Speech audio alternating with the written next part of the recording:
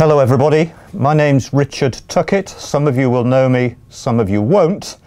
I work at the University of Birmingham in a science department, and here I am sitting in my office making this little clip on why I'm going to try to do this incredibly stupid thing, put back the years and think that I can cycle for 100 miles and fundraise for the Leukaemia and Lymphoma Research Organisation.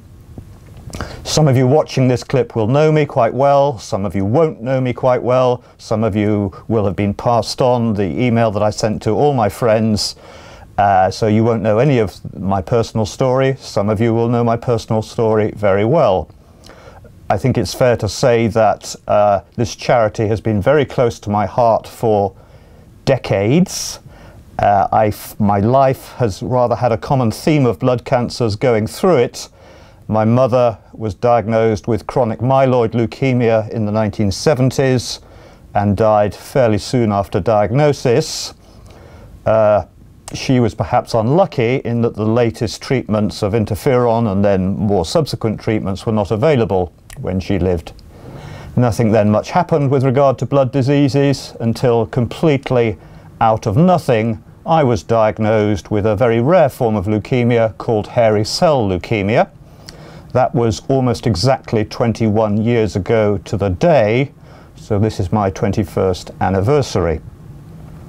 I had chemotherapy in 1994, I needed more chemo in 2002, I've had a few hiccups along the way, but essentially here I am, sitting here telling you this story.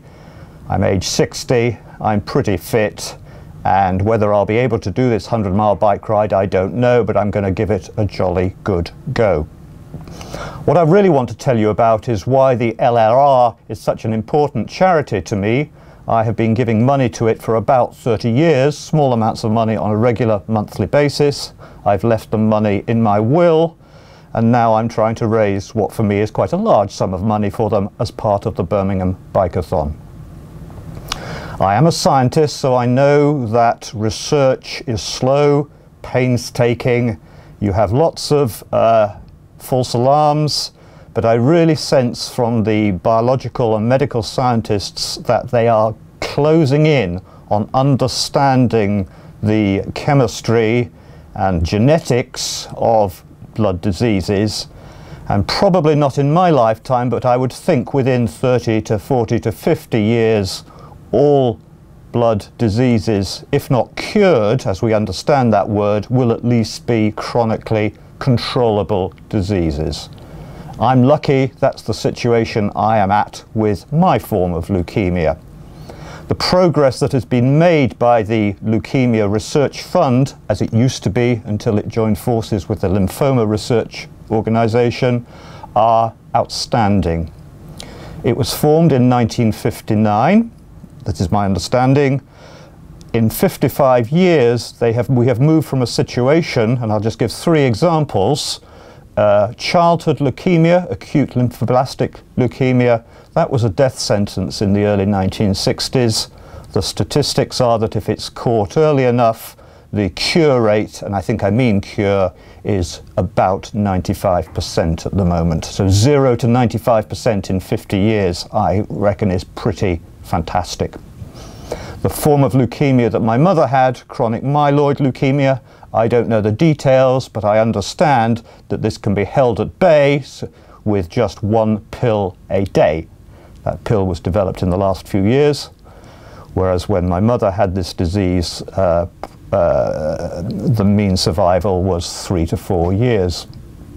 In my case, hairy cell leukemia, I was perhaps the luckiest of the lot, in that in the early 1990s, new drugs came on stream from the San Diego Research Laboratory.